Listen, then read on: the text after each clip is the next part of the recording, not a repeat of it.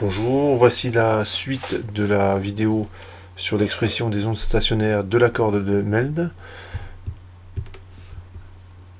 Alors, on était arrivé dans la première partie à l'expression suivante. Y de x et de t. Donc y, c'est le déplacement latéral de la corde. C'était 2a sinus kx sinus oméga t. Alors, ce résultat a été obtenu lorsqu'on fixe un point de la corde, une extrémité. Donc on fixe une extrémité, on a ce résultat-là. Alors dans la première partie, la corde se retrouvait du côté des x négatifs. Donc c'est pas du tout gênant, voilà, je l'ai mis du côté des x positifs, c'est pas du tout embêtant, parce que le point de fixation est toujours en 0. Si j'avais mis le point de fixation ailleurs, par exemple en x0, donc x0 non nul, en fait ce que j'aurais obtenu, c'est sinus k x moins x0. Donc évidemment, pour des raisons de facilité d'écriture, on fixe la corde en 0. Ce que je rajoute maintenant, c'est un deuxième point de fixation, en x égale L. Donc, alors ça donne quoi? Donc, deuxième point de fixation.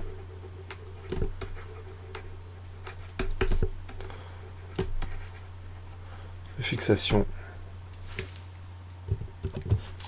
Alors ça donne y, je remplace x par L, du temps, ça vaut 2a sinus kl, sinus oméga t. Et ça vaut 0. Pourquoi? Parce que j'ai fixé la corde. Donc le deuxième point de fixation, ceci, ça me permet d'écrire cette égalité. Quand vous avez cette équation-là, 2 sinus kl sinus oméga t égale 0, et ça c'est quel que soit t, et bien le seul terme qui peut s'annuler, c'est celui-là, c'est sinus kl. C'est le seul terme qui peut s'annuler. Pourquoi? Parce que 2a, évidemment je vais le prendre non nul. Parce que si je le prends égal à 0, je me retrouve avec la solution triviale y nul, vous imaginez, je prends 2a égale 0, et bien y est tout le temps nul, donc en fait c'est la corde que j'ai tendue, et puis point, il se passe rien dessus. Donc cette solution triviale, je l'écarte. Donc ça, c'est forcément différent de 0.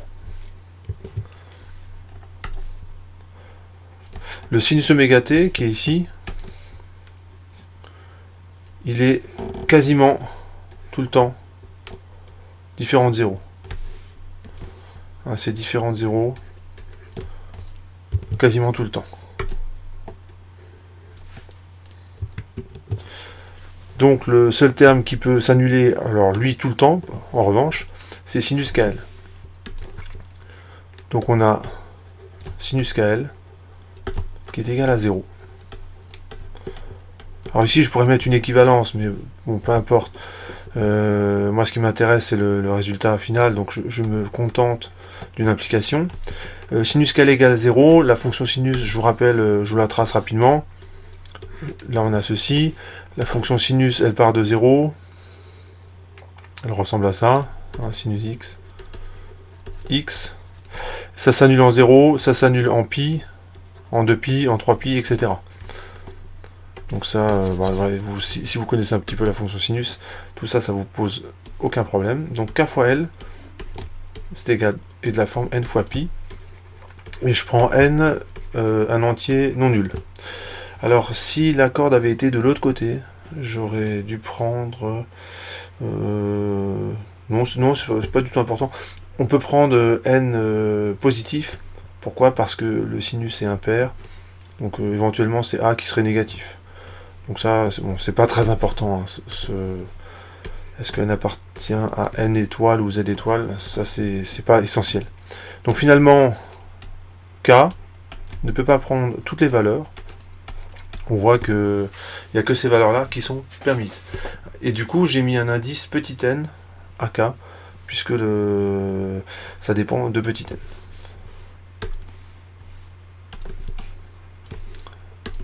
Donc on a le résultat suivant, K de n égale npi sur L. Donc on peut encadrer ce résultat, qui est un résultat important. Et à partir de là, ce qu'on peut montrer, c'est que la longueur d'onde, c'est pareil, il ne peut pas prendre n'importe quelle valeur, ainsi que la fréquence des modes de vibration. Ce que je suis en train de vous décrire là, c'est des modes de vibration de la corde. Donc pour la première, on peut mettre une petite phrase. Voilà, donc une petite phrase pour qui n'est pas que des calculs. Alors ce que je vais faire, c'est utiliser cette formule. K, c'est 2pi sur lambda. Donc ça fait partie des formules à bien connaître, hein, pour pas perdre de temps. Donc j'obtiens quoi? 2pi sur lambda n, c'est égal à kn, c'est égal à npi sur L. Et quand vous faites ça, quand vous isolez lambda n, ça donne ceci. Sauf erreur, ça fait 2L sur n.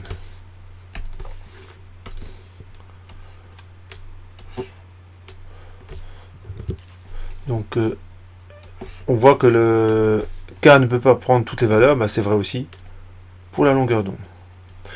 Ce que j'utilise maintenant, c'est encore une formule qu'il faut bien connaître. C'est pour la fréquence, lambda c'est égal à C fois T est égal à C sur F. Encore une formule qu'il faut bien connaître. Et donc lambda n, donc c'est égal à C sur Fn, et c'est égal à 2L sur n. Donc on a le résultat suivant. F de n, c'est égal à nc sur 2L. Alors je le marque comme ça. Je fais apparaître ici le fondamental. On voit que les fréquences de vibration de la corde sont toutes proportionnelles à une fréquence que je pourrais appeler F1 et qu'on appelle le fondamental. Donc on a ce résultat là, on encadre,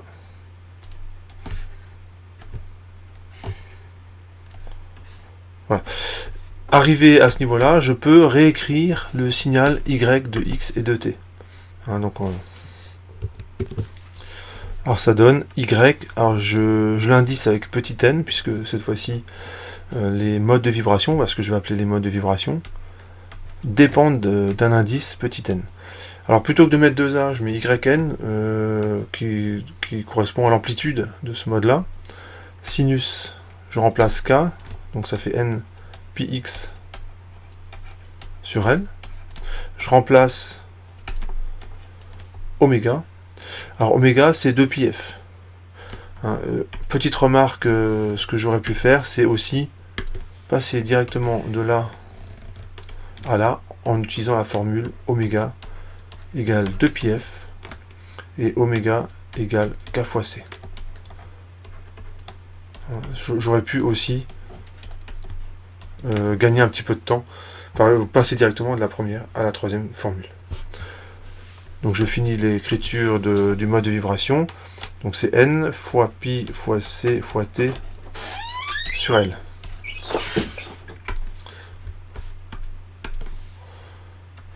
J'encadre le résultat. Et ça s'appelle un mode de vibration de la corde. Et d'après le principe de superposition, on peut additionner ces modes de vibration. Ils peuvent cohabiter entre eux. Dit autrement, ces modes de vibration en fait ne se parlent pas. C'est-à-dire que si vous avez un mode de vibration pour n égale 1, puis pour n égale 3, en fait ils ne se dérangent pas l'un l'autre. L'un peut exister indépendamment de l'autre. Donc c'est d'une certaine façon, c'est de dire qu'ils s'ignorent. Alors on peut les représenter, ces modes de vibration. Voilà, donc j'ai préparé les graphiques.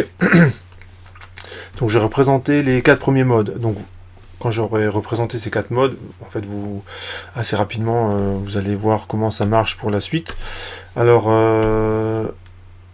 x égale L, je le mets ici.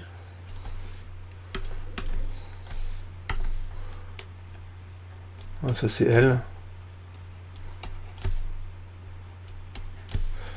Et le premier mode de vibration, vous avez uniquement un ventre de vibration.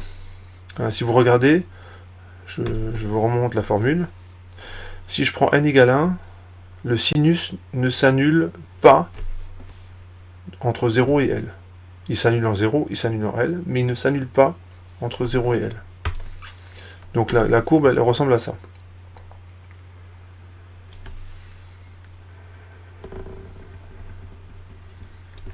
Et je représente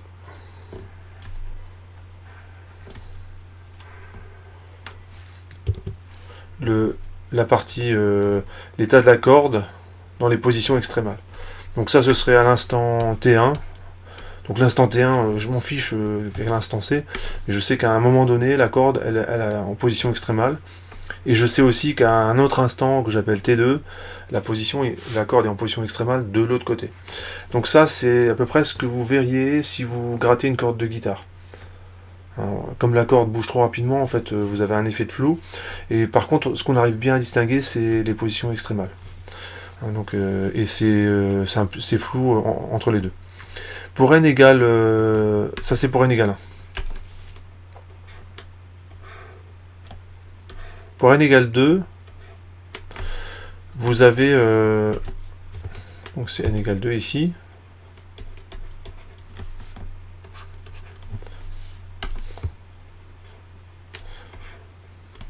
Voici. Donc là, la courbe, elle va ressembler à ceci. Du coup, là, ça annule une fois, si on regarde l'expression. Si je prends n égale 2, le sinus s'annule en L sur 2. Vous faites le calcul, vous remplacez n par 2 ici. Vous remplacez x par L sur 2, vous regardez, ça fait sinus pi, ça fait 0. Donc la courbe, elle ressemble à ça. Ça s'annule ici. Donc vous avez ceci,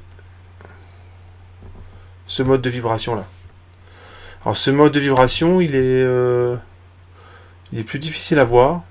Vous pourriez l'obtenir, en tout cas l'entendre assez facilement, si vous prenez une guitare ou un violon, enfin un instrument à cordes, et vous placez votre doigt au milieu de la corde, mais vous effleurez la corde. En faisant ça, vous allez éteindre ce mode-là, parce qu'il ne peut pas vibrer, parce qu'il y aura votre doigt qui va l'atténuer, et ce qui va rester, c'est ce mode-là.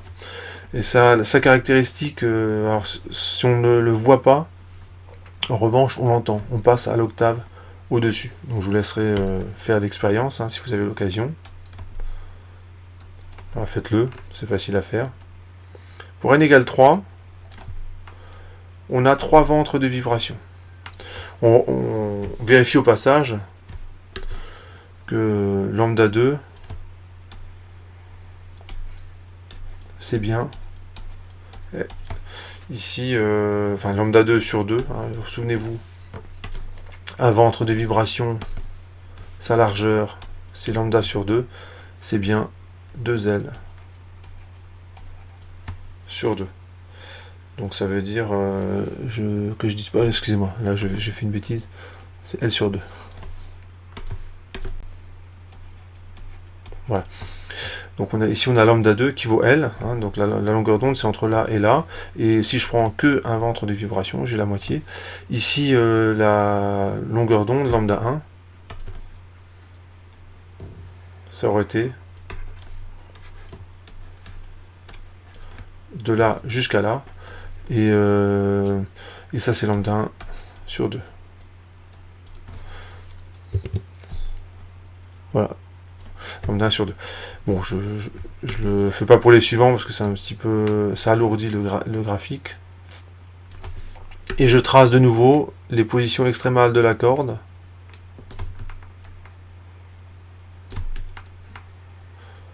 Voilà, donc là j'ai 3 ventes de vibration pour n égale 2, n égale 3 pardon, et puis pour n égale 4. Voilà. Voilà, j'ai complété le troisième et le quatrième mode de vibration. Donc j'ai rappelé les fréquences et longueurs d'onde correspondantes. Ce qu'on peut faire maintenant, c'est écrire un signal quelconque comme une somme de modes de vibration. Donc ce résultat, il est dû à Fourier. Vous prenez une forme quelconque de la corde, et en fait on peut toujours se débrouiller pour l'écrire comme une somme de fonctions sinusoïdales. L'intérêt de procéder ainsi, c'est qu'une fois qu'on a calculé tous les yn, y1, y2, etc., et ben on sait comment va évoluer la corde dans les instants ultérieurs. Donc ça c'est ce qui fait que ce qui montre la généralité finalement de cette approche, c'est qu'à la fin on est capable de décrire n'importe quel signal qui apparaîtrait sur la corde, n'importe quelle déformation de la corde, et de savoir comment ça va évoluer au cours du temps. Donc ça fait, on écrirait comme ça. Donc je vous montrerai quelques exemples de ce qu'on peut de déformation qu'on peut obtenir assez facilement sur la corde. Et ici on a n fois pi fois c fois t sur l.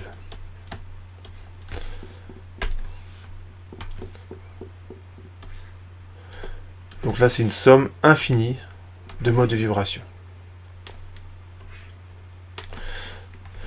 Et ce résultat-là, vous l'avez déjà rencontré sous forme de spectres. On vous a déjà montré des spectres audio, c'est-à-dire qu'on enregistre un instrument de musique et on met en œuvre, il y a un petit programme qui calcule ce qu'on appelle la transformée de Fourier, donc qui calcule en fait tous ces coefficients-là. Et du coup ça donne un spectre. Ça donne un spectre qui ressemble à ça. Vous avez ici un fondamental. Vous avez un pic qui est en général plus grand que les autres, qui est ici. Et ce que vous remarquez, c'est qu'au double de la fréquence, il y a un autre pic. Et au triple de la fréquence, il y a encore un autre pic. C'est à peu près, ouais, c'est à peu près équidistant. Et puis fréquence x4, il y a encore un autre pic, etc., etc. Et ça, c'est ce qu'on appelle le fondamental. Ça vaut C sur 2L. Ici, vous avez 2 fois le fondamental, 3 fois, 4 fois, 5 fois, etc. Et donc là, je trace le spectre du signal. Donc ça, ce n'est possible que pour les signaux périodiques. Hein.